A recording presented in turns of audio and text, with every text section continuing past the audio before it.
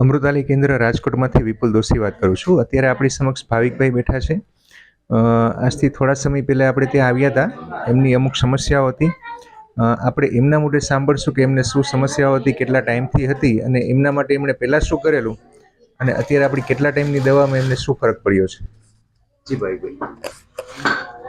મને કફની પિત્તની તકલીફ હતી, એસિડિટી, ગેસ, પછી શરીરમાં નબળાઈ રહેતી, હિમોગ્લોબિનની ખામી, એવું બધું ઘણું બધું હતું.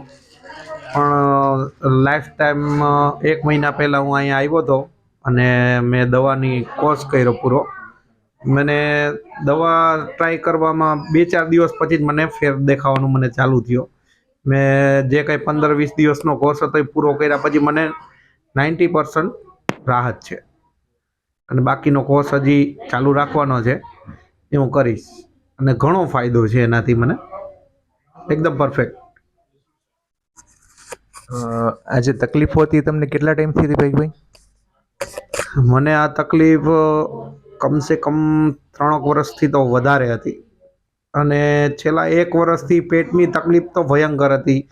મેં સારી સારી હોસ્પિટલોમાં રિપોર્ટ કરાવી, દવા લીધી છે, સ્ટીરોઇડ પણ લીધેલી છે જે ના લેવી જોઈએ, એની કોઈ અસર થઈ નથી. પણ એકદમ આ દેશી ઈલાજથી મને 90% સારું છે હજી, અને હજી મારી દવા ચાલુ છે ને બહુ સારું છે. તમે જેમ કીધું એમ કે 3-4 વર્ષથી તમારી તકલીફો હતી અને એના માટે તમે ટ્રીટમેન્ટ બી કરાવેલી કે દવા બી લીધેલી છે, કઈ લીધી હોય, અને એમાં ખર્ચો બી ઘણો થયો હતો એવું બી તમે જણાવ્યું.